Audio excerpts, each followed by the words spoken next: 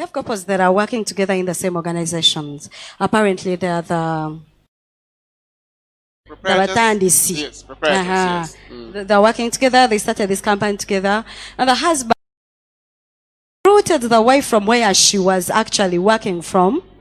Namuleta in this company to work, but 5 years down the road, yet he's paying other workers, other employees that they have. Is it appropriate for me, for this wife, to go and look for greener pasture as much as this is their family business? Because really, there's no free lunch.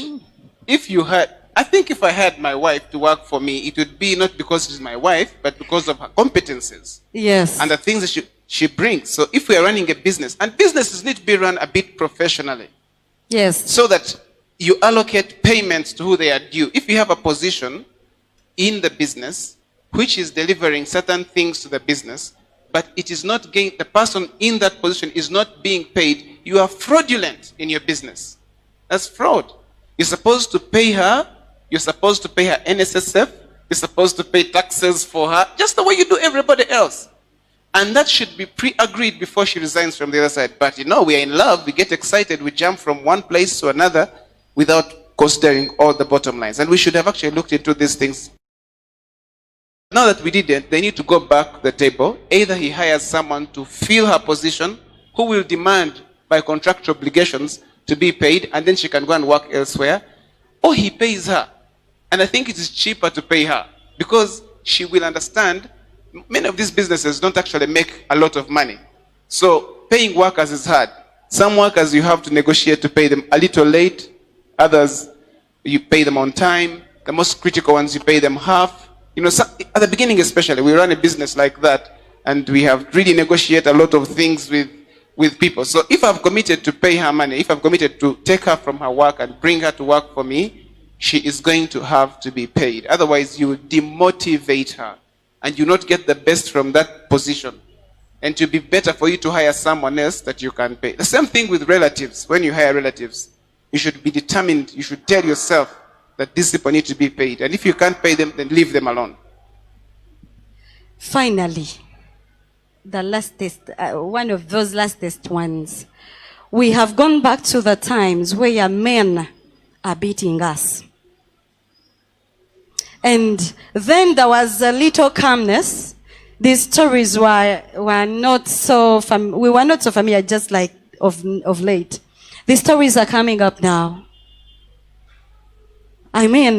Husbands are beating women so badly. The reports are increasing each day. Why should we fight?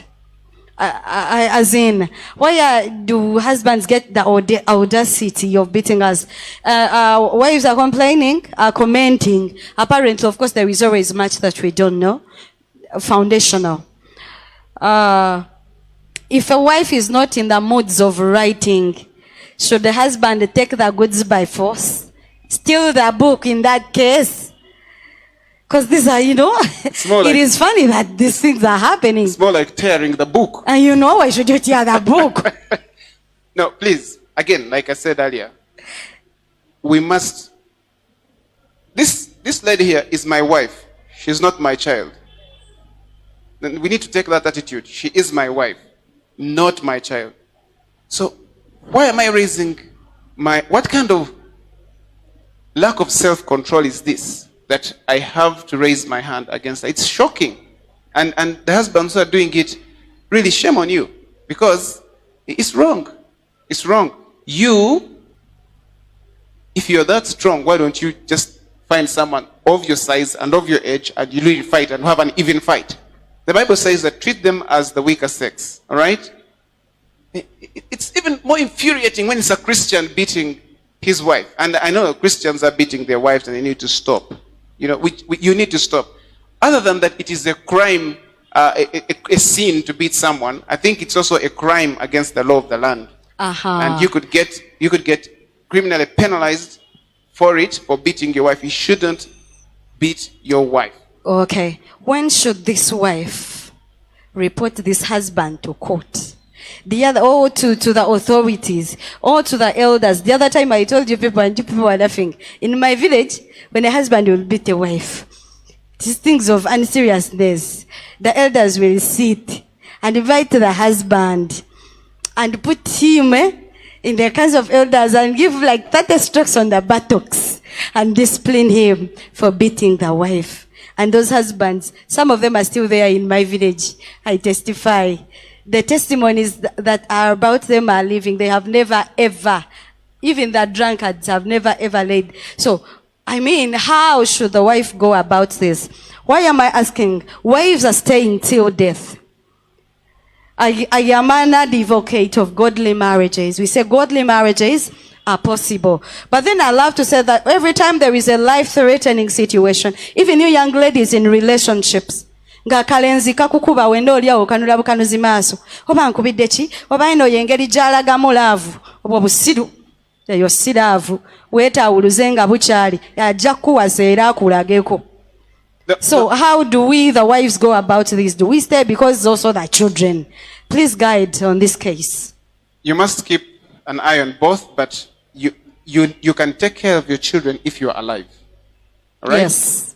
If you're dead or you're permanently injured, you are not going to be able to do that.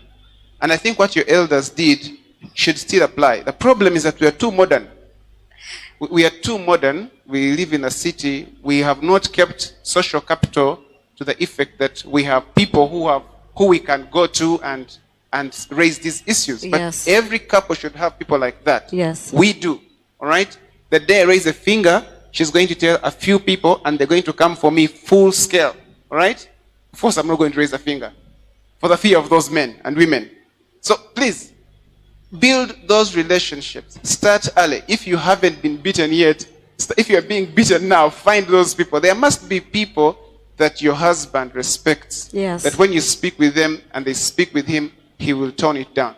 But if he doesn't stop, if it becomes a repeated matter, then you should actually seek some kind of resolution, legal resolution. It is a crime for a human being to beat another. Talk to your lawyer. It's a crime. And he needs to know that, okay, I as a pastor will not punish him, or us as a family may not punish him, but the government has authority to deal with him the same way they can deal with the thief. So please, sometimes the Bible says save some as though you were snatching them out of fire. Yes. Yeah, in James. Save some. So this case is a case for where you should save someone as if you were snatching them out of fire, even if you have to involve the authorities. However, you have to be a bit prudent. Be wise. Don't go for this as the first option. The whole bottom line for marriage is that we should try to resolve conflicts, Yes. not to make them worse. Yes. But some conflicts, if they can't be resolved, then we need to actually find a way of terminating those relationships. It has to happen. Wow. Especially if there are life-threatening situations. Now, I know someone is going to jump on this and run and say, I'm going to divorce my husband. Please. I'm not saying you should do that as the first thing. I'm saying you should try every option for peaceful resolution of differences. Wow, thank you so much. I want to thank you. Thank you for coming. Thank you for joining us. Thank you for turning up. I think there is a question, just one question for us.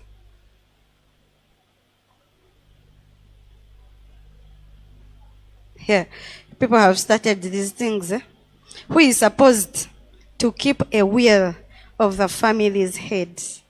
In that case, it is the husband. The family's head is the husband. Who is supposed to keep a will of the family's head? So, Briefly. very briefly, each one of us can have their own will. Okay? Yes. It's possible. It's legally possible for each one. But what we advocate for is that the husband is given responsibility to have that will for the family. But in events where she owns property and I own property, or we own things and we do different things, and people are engaged different depending on their talents, each one of them should have a legal document that prescribes what should happen in case they pass away. And this is a serious thing. Many people ignore it, and at the end of the day of their lives, the things they spent their whole life working for to help their family are not able or inaccessible to this family. So if you have a simple situation where Mrs. Ntege here and Mr. Ntege have, which is really very simplified, straightforward. Mrs. Ntege is the head of the home. They know all the properties are in one place, probably they're in their names. Then that will is simple. But if you're a business person, you have various business interests. I sit on certain boards that she doesn't sit on. I have certain benefits on those boards that she cannot have. If I have a will and they're detailed in that will, then she can benefit from them on my demise. I don't know if you understand. So situations that are complicated. Please get advice from your lawyer. Lawyers know these things. They're trained to handle. Let them show you who is supposed to have what in your will. Otherwise, please, in a simple situation, let the husband take lead in actually having that will in place. Okay, second last question. Why isn't it common for couples to open up on their financial status these days? 1, pride. What? 2, lack of trust. Can I go on? 3, selfishness. 4, upbringing. When you have all those things, which I could go on and on and on and on, all that is the reason why we do not open up. If I don't trust, if I have something hidden that I want to hide from you, I will not tell you the truth. If I can't trust that what I tell you won't be used against me. For women, we actually get what our husbands give us and use it against them. And so do you know what the husbands do? We don't fight. They go under the cave and sort out their things. So for the women, we need to be careful what our husbands tell us. Or if anything goes wrong, let's say they make a mistake, even if it is money, and they make a mistake, we are very quick to tell them how wrong they have been, how we should have done better, how all those things. By the time God decided that the man should lead, that's it. There's no two ways about. You're not clever than God. So they can make mistakes. You can advise. And when you advise, they can either take it on or leave it. So we should have a place where we say, I advised, it didn't work out, and then extend grace. So the reason we do not do that is because as we go ahead, sin continues to grow, lawlessness. No, in the last days, we've read what will happen. So our hearts continue to grow cold. And we continue to tend towards the world. So our thinking, practices, and whatever we do tends towards the world. So you sit with an unbeliever, you converse and they tell you, me, I do it like this, it works. And you go on and do the same. You transfer. So me, I would think, if we want to be the light and survive the terrible world we are in, it is to stick to godly principles. Of marriage. Of marriage. Yes. So, let's not meander around. Let's quickly do the right thing. If the other person falls in line, good. If they don't, we're going to trust God to help us to not, if your spouse is not secretive, not telling you anything to do with their money, ask. Don't assume, ask. If they don't tell you, please find a person to talk to. When it's still early, don't wait for when things have gone bad, and that is when you want to know about their status, financial status. No. Discuss, evaluate, set goals. Be clever, ask for wisdom. Wow, thank you so much. Mchala Chibiriga. This is the last test question we have, then we will go to the next item. If a woman or wife has a family business, she is in with her parents, siblings, and siblings, how deep is she supposed to reveal it to her husband? Yeah, I don't see a problem with revealing. I mean, it is a family business. Take him there, show him the place. Tell him we are running this business with A, B, C, D. He might not even have the skills to even involve himself in that business. But let him know. What if something happens tomorrow? This is what happens. People are buying land. I used to, many years back, I used to work for a management firm. And I saw many women buying land and their hubbies didn't know. I mean, it is okay, buy the land, take him there, show him that this is my land, I bought it, because you not guaranteed that you'll be there tomorrow. Many men have lost on businesses. Many children are not even going to school after their parents have died, but their monies are in the bank. And the banks are getting richer and richer because of a simple disclosure. I will tell you I have this much money on my account. I'm not leaving you with my ATMs anyway. But you know I have an account in there. I have NSSF running here. I have these savings that we are now doing with the insurance companies. You know that so many men have passed on and their women didn't know that children had been put on those saving schemes. Disclose it. There is nothing wrong with disclosure. Disclose. When I disclose, it doesn't mean that I have involved you. No, I have not involved you, but disclose. We have this land here. I've not given you the land title, but you know that land belongs to us. If something happens, you know where to start from. But it is really painful after a person dies and then they elect a team to follow up on the businesses of the things the man acquired. But the man had a wife and like 4 babies. It is really disheartening, and it is even in Christians. So that leaves us to question ourselves. Are we living on the godly principles, or we are following the world? I mean, and then I won't give it to you. But you know money is there and for a particular reason. Maybe we're saving money to buy land. I'll tell you, we're saving money for this. And you will know that money is there. I have had the privilege of running a few businesses. My husband knows them, but he's not involved. But at least he knows. And sometimes when things get worse, I come and tell him, and then he'll advise, Mulindeko, Oba Mugobe. Or sometimes he sees things before I even see them. Because he has seen something and probably has not even disclosed what he has seen. But sometimes I'm like, if I persist, so sometimes I have learned to listen when he tells me, oh, you're but I say, Mugobe. Or you start a business with someone, Nagama, or you taja kumala kona ye. Wandi mutade mango.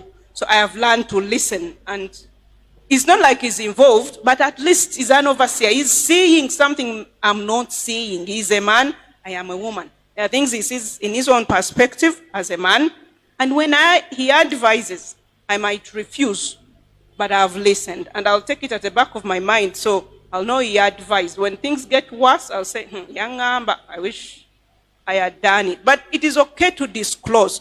It is okay to buy land, disclose it to your husband. It is okay to buy a car, let him know it. It is okay. It is funny. People can even drive cars and their hubbies don't know. That car. Ya mukwano gwange, kama ya mukwano gwange. Nayenga yiye. And you're like, wow. What the heck? But it all starts from the foundation of our relationships, the foundation of our marriages. When God was not part of it, when trust is not there, that's why people hide. On a wallet. What is that? So we need to work on our trust issues. We need to pray to God to restore our marriages. Like you normally say on Marriage Insights, godly marriages are possible. If things are not going right and you identify a particular area it's not going right, go to God who gave you that man. Let God sort that person. Mrs. Chiberge, just briefly, we want to leave. I have a property acquired before marriage. Should I declare it to my husband? Should this person disclose the property to the husband? I think that's what we are on already. Declaring is okay. Like I said, let the person know I have this building. I think in the meantime, declaring it doesn't mean you are part of it. But I've declared, you've seen it. I have this property. I bought it before we got married. Here it is. So does it become ours now? No, it is mine. Okay, legally? It is mine. Legally, it is Legally, I don't know how legally things work. Yes, because these are things that are disturbing us every day. And in fact, I am glad she asked. But then, why would a man want to get involved on things a woman acquired before? Why? Unless people have some interior motives that are not spoken. I think the issue is at least mention about it. Yes, disclose Talk it. about it. Let us know about each other's property, Yes. even if you acquired it before marriage. But then trouble comes in when we are selling this property. Some people misbehave. Could it be the reason why some people keep intact? That's what I said. The foundation of it all explains the end. The foundation, I mean, yes. why do you want to be part of it? Yes. Unless you're thinking that things might not work out in the next 5 years and I will benefit from it. Exit strategy.